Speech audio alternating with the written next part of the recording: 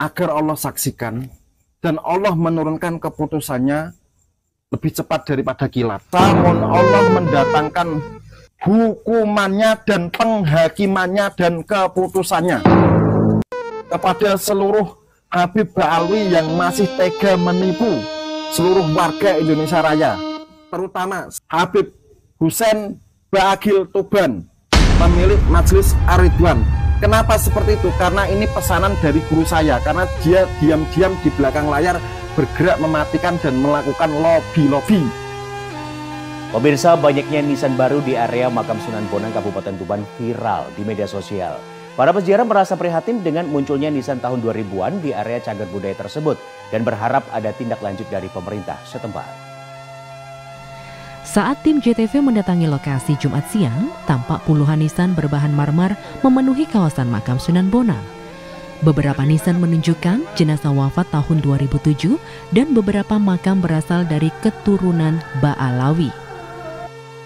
Menanggapi hal itu, Sudiono, salah satu peziarah asal Demak, mengaku prihatin.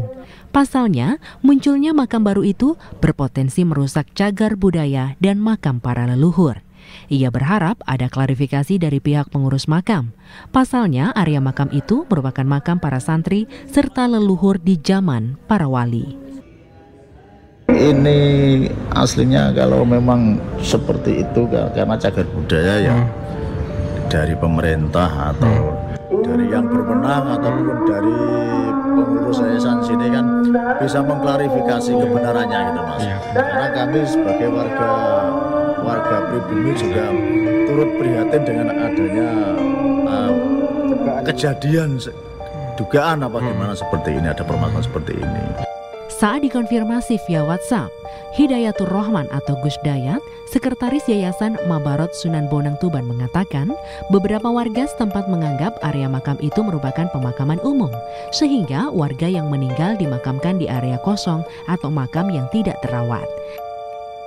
Tahun 2011 lalu, pengurus makam sempat berencana memberi pagar pembatas, namun beberapa warga menolak hal tersebut. Husein Ba'agil itu lahirnya tahun 80-an.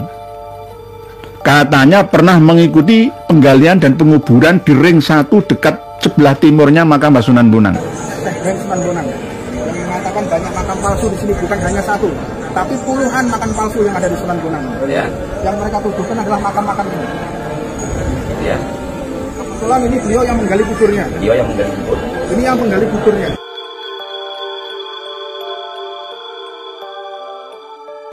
Bahkan ini Mas Brohim, ini termasuk orang yang menggali kubur, ya.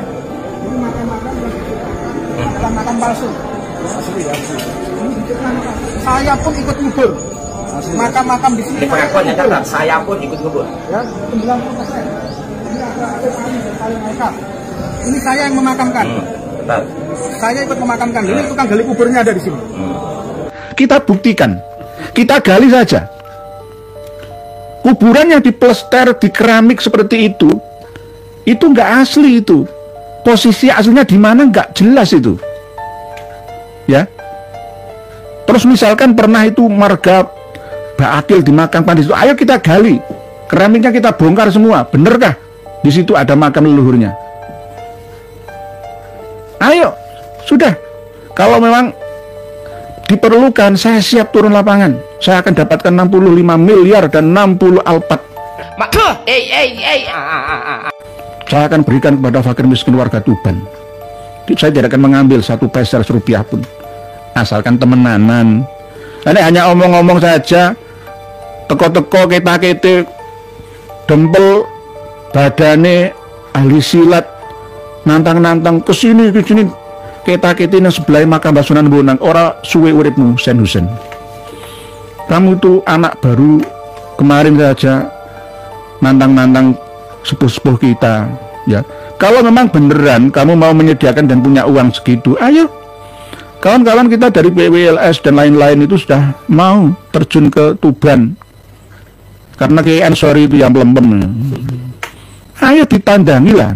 Tandangi dalam arti ayo ke notaris terdekat di wilayah Kutarejo situ, Tuban kota. Tidak boleh mengingkari.